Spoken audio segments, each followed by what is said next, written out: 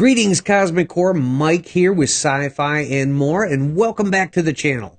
And if you're new here, welcome to our Sci-Fi family. And happy 4th of July to everyone. Space Above and Beyond. If there was ever a television show that fit perfectly into a Sci-Fi 4th of July special, this is definitely the show. And this show had a little bit of everything going on.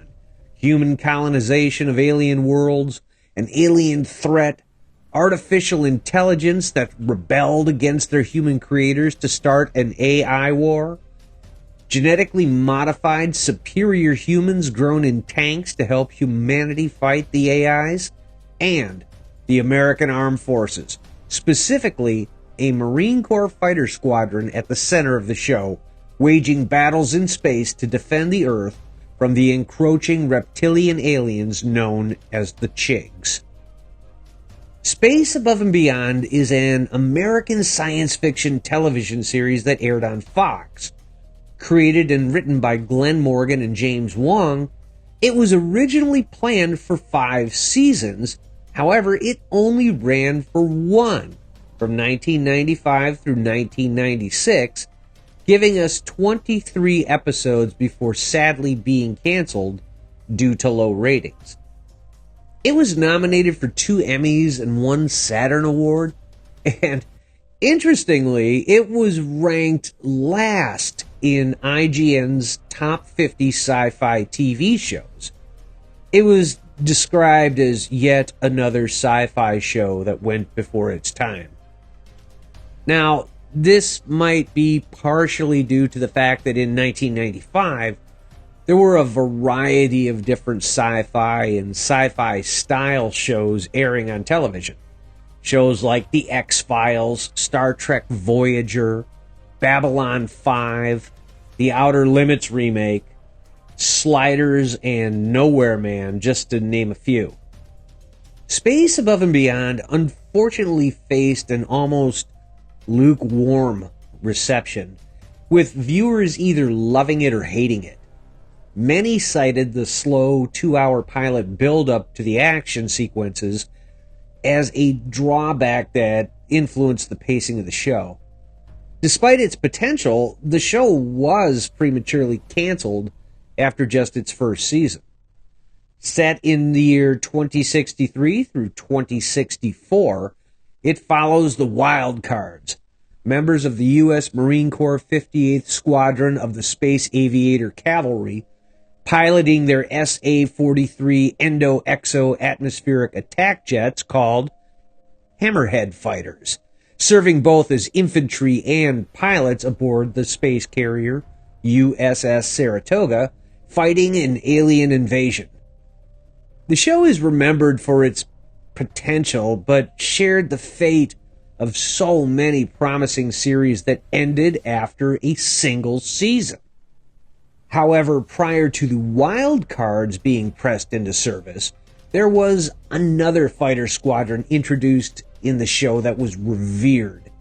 The 127th, also known as the Angry Angels, the elite United States Marine Corps Space Aviator Attack Squadron.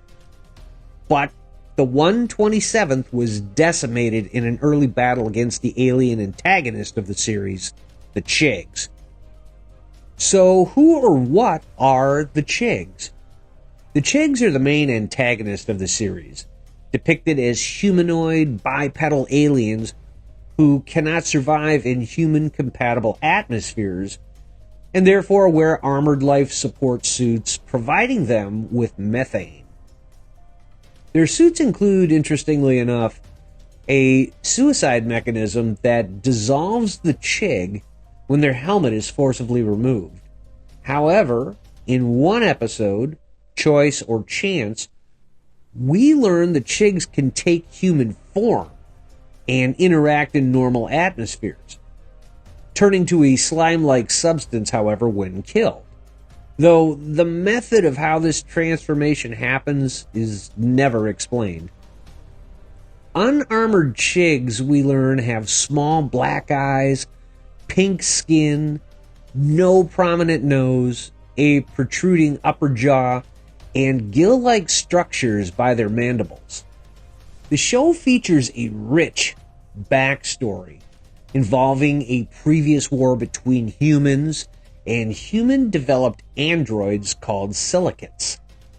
These human-looking silicates, referred to as walking personal computers, rebelled and waged a guerrilla war against humanity from remote outposts. They are also suspected of collaborating with the series' alien villains, the Chigs. To combat the silicates, genetically engineered and artificially gestated humans known as in vitros, or otherwise known as tanks, were created to bolster military ranks. Born at the physical age of 18, they were trained solely for combat. At the start of the series, the alien Chigs have defeated all counterattacks and entered the solar system. In a desperate move, inadequately trained units like the 58th Wildcards are deployed against the Chigs. The series focuses on the Wildcards as they evolve from inexperienced cadets into seasoned veterans. And even though the unified Earth forces fall under the United Nations, the UN lacks formal armed forces. So navies such as the U.S. Navy and the Royal Navy operate interstellar starships. Although the show is fictional, it attempts a degree of military realism, notably by casting a former Marine Corps drill instructor in a role he is very familiar with, training recruits.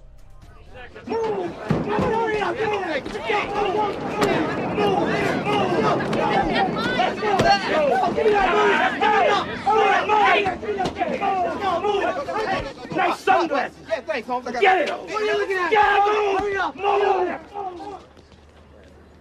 I am Sergeant Major Bogus. I am your senior drill instructor. I am here to turn you slimy civilian cesspool parasites into United States Marine Corps space aviators, invoking bell-wrenching fear into the dark hearts of your enemies. Why are you here? Sir, to find a direction, sir. A direction? Are you lost? Sir, I suffer from a sense of disconnection. Answer the question. Sir, yes I am, sir. Well, do I look like a road map to you? Sir, no, sir. I am a road map. I will lead and you will follow. I will teach and you will learn.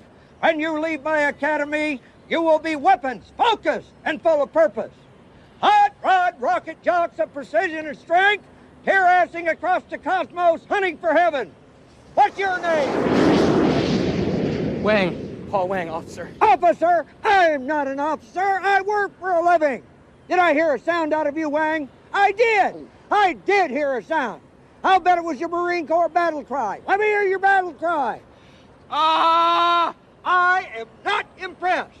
Sergeant, demonstrate a Marine Corps battle cry for this penny-waste. Still pathetic.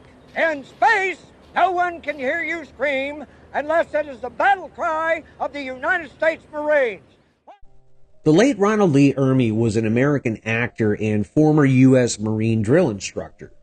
He is best known for his role as Gunnery Sergeant Hartman in the 1987 film Full Metal Jacket, a performance that earned him a Golden Globe nomination for Best Supporting Actor.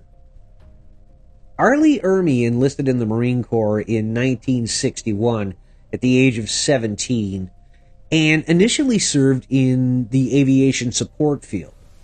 He later became a drill instructor, serving from 1965 to 1967 at Marine Corps Recruit Depot, San Diego. He was subsequently stationed in Okinawa, Japan, and served in Vietnam for 14 months starting in 1968. Medically retired in 1972 after advancing to Staff Sergeant, Ermey received an honorary promotion to Gunnery Sergeant in 2002 from the Commandant of the Marine Corps at the time, General James L. Jones. Now, despite the success and fame portraying a Marine Corps drill instructor that Stanley Kubrick's 1987 film Full Metal Jacket brought him, that was not the first time Ermey's played this type of character. After being discharged from the Marine Corps, R. Lee Ermey attended the University of Manila in the Philippines, where he landed his first film role in The Boys in Company C in 1978 as a Marine Corps drill instructor. Initially hired as a technical advisor, Ermey impressed the director, Sidney J. Furie, enough to be cast in the role himself. Similarly, while serving as a technical advisor to Apocalypse Now in 1979, director Francis Ford Coppola cast him as a helicopter pilot. And what about Ermey's most iconic role as Gunnery Sergeant Hartman in Full Metal Jacket? Well, that role also came about in a similar fashion. Originally a technical advisor, he earned the role after demonstrating his impressive capabilities to director Stanley Kubrick. Ermey was able to take this particular kind of authoritative leadership role and build a successful acting career on it, including some pretty awesome commercials. During a surprise inspection of your barracks this afternoon, I found this. I want the soldier who belongs to this spear to step forward. Now, what's the matter? Do you miss your precious Rocky Mountains? Dipping your tootsies into an ice-cold Rocky Mountain stream, fraternizing with some snow bunny? Do you, Kowalski? I want to know whose beer this is right now. It's my beer, Sergeant. You put this beer here? I certainly did, and I checked on it. I wasn't gonna take it, sir. I'll bet. No, really, look, it's still cold. You're right. Now, what'd you do with my pretzels? Well, don't just stand there. Find the General's pretzels. But outside of the realism of the drill instructor aspect of the series, the gear carried by the actors making the show was not that far off in terms of sheer weight from the real-life weight of soldiers or Marines carrying a full combat load, or the weight of full armored battle rattle while carrying a Navy corpsman assault pack. You know, the helmets were an evolving thing. You know, that, when we first had them when we were in Australia on Mars, they were so hot. And I'm sure I'm repeating the stories that everybody else has told, that we had 40 pounds of equipment on our back in the desert of Australia in Noosa, I think it was. And it was really hot. So, we had the jumpsuits and turtlenecks and helmets and backpacks. So the helmet thing was hard because you had to work out dialogue and breathing and, normal stuff like that. Humanity's first extrasolar colony is destroyed by an alien race called the Chigs, initiating a desperate war for human survival. The 58th Wildcard Squadron, including Lieutenant Nathan West, played by Morgan Weiser, Lieutenant Shane Vanson, played by Kristen Cloak, Lieutenant Paul Wang, played by Joel De La Fuente, Lieutenant Cooper Hawks, played by Rodney Rowland, Lieutenant Vanessa Damfoos, played by Lanny Chapman, and Lieutenant Colonel McQueen, played by James Morrison, stands as Earth's defense. Without faster-than-light technology, humanity relies on transient wormholes for interstellar travel. While the Chigs do have limited FTL capabilities, they also utilize wormholes. Prior to the Chig War, Earth had no unified space military forces. Lieutenant West and the rest of the 58th operated from U.S. Navy starships. Their versatile Hammerhead fighters could function in both planetary atmospheres and in outer space. Other nations, such as the UK, also built their own space carriers and fighter craft operated by their own respective navies. In the series' final episode, most of the main cast appears to be killed or lost, and Lieutenant Colonel McQueen is severely injured. Only West and Hawks are confirmed to have survived. Now, had the series continued, it would have depicted negotiations with the aliens leading to a peace treaty, rather than an outright victory or defeat. The series initially depicts the Chigs as traditional science fiction alien enemies, intent on destroying humanity, providing little evidence about them until the last 2 episodes. Throughout the series, small clues are given about the Chigs' nature, motives, and biology. The final episodes suggest that the Chigs and humans may be related species. Human contact with the Chigs begins when an unmanned probe from Aerotech Corporation lands on celestial body 2064K, later designated as Anvil, a moon sacred to the Chigs as the origin of life through panspermia, or the natural movement of microorganisms through space via asteroids, and where the Chigs go to be born. It is discovered that the Chigs originated from Earth bacteria that was ejected into space by an asteroid collision billions of years ago. These bacteria landed on the Chigs' sacred moon Anvil. While life on Earth advanced through the eukaryotic stage, the bacteria on the moon Anvil evolved slightly faster, leading to the development of sentient Chigs around the same time modern humans evolved. The Aerotech probe gathers some data before the Chigs send a warning signal through it and destroy it.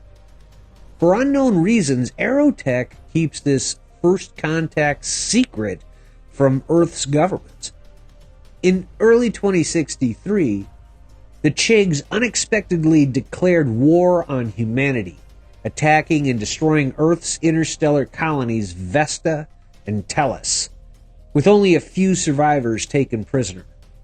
The Chig forces advanced towards Earth, overwhelming the unprepared defenses. Earth is only spared from immediate defeat by the U.S. Marines 58th Aviator Squadron action at the Battle of the Belt in Jupiter's Trojan asteroid field. In their initial encounters, the Chigs gain an advantage with their surprise attacks, superior numbers, and advanced technology. However, they are unprepared for humanity's adaptability, guerrilla tactics, and ferocity, which prove effective against the Chigs' preference for large, direct strategies. Human forces use special operations, infiltrations, assassinations, sabotage, and small unit engagements successfully. The Chigs, in turn, ally with the remnants of the human-built android silicates, though the alliance is never really explained and the nature of it remains unclear. And just as humans prepare to conquer the Chig homeworld, an emissary negotiates for peace, revealing humans and Chigs may share a common origin based on their chemical makeup. Space Above and Beyond draws comparisons with Robert Heinlein's Starship Troopers and its movie adaptations. However, it was primarily influenced by Joe Hadelman's 1974 science fiction novel, The Forever War. Additionally, it took inspiration from works like Norman Mailer's World War II novel, The Naked and the Dead, Stephen Crane's American Civil War novel, The Red Badge of Courage, The Iliad, and the 1962 series Combat. The series also shares conspiracy elements with other shows co-produced by the same team, including The X-Files and Millennium. Was always like, there's a new show, and he's like, Star Trek is going to do Starfleet Academy. We should get him to it. And I'm like, well, they'll kill us. We're not going to do that. That's their territory. And Jim and I had taken a we both went to Loyola Marymount University by the airport here. And together we took this class of fiction of war that had a big impact on us, like from the Iliad to the Forever War, which is sci-fi fans. It's just one of the best books ever. And we're like, how about World War II in space? And Peter was like, yeah. And then we just went through it was like a pilot, a 2-hour movie, everything. And then I think because of the success of the X-Files and a bunch of other things, that Peter Roth had a lot of muscle. And he's like, I want this. And I think that's why the pilot was 2 hours. That wasn't being done that much at the time, but it had gone from a pilot to a 2-hour movie. The series features a very dark and desaturated color grading, a technique seemingly derived from shows like The X-Files and Millennium, but used to an even greater extent here. In many scenes, the desaturation is so strong that they appear almost black and white, with color saturations being about a quarter of what is typically found in contemporary film and television programs. With the increasing affordability of suitable computer systems, Space Above and Beyond relied heavily on CGI for space scenes, while physical special effects remained important. The CGI was created by the visual effects company Area 51 using new tech Lightwave 3D. And being that it was early CGI, some models like the USS Saratoga and alien characters lacked detailed textures, resulting in a distinctly polygonal appearance. Wong and Morgan, seeking a traditional musical score for their show, were introduced to Shirley Walker's work by visual effects supervisor Glenn Campbell. Initially unsure due to Walker's synthesizer demos, they were persuaded when told her ideas would be expanded by an orchestra. Co-creator James Wong described the scoring sessions as his favorite part of filmmaking. Walker scored the pilot and the entire series, earning an Emmy nomination for the contributing song The River of Stars, and continued to collaborate with Wong and Morgan on many future projects, including their remake of Black Christmas. Despite its short run, the universe of Space Above and Beyond was continued in a series of Topps Space Above and Beyond comics and tied merchandise, including model kits of various spacecraft. There were also 2 novels that were published by Peter Tellep, Space Above and Beyond in 1995, and Space Above and Beyond 2, Demolition Winter in 1997. Now, one funny story that came out of the filming of this show in Australia involves the full-scale models of the Hammerhead fighters that were used in the series and created in Australia at RAAF base Williamtown.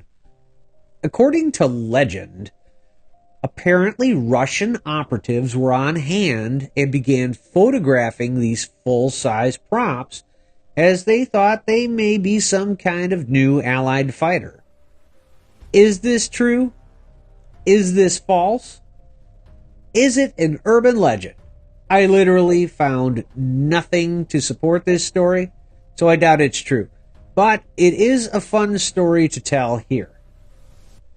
And there you have it, Cosmic Core. We hope you have enjoyed our Space Above and Beyond 4th of July special.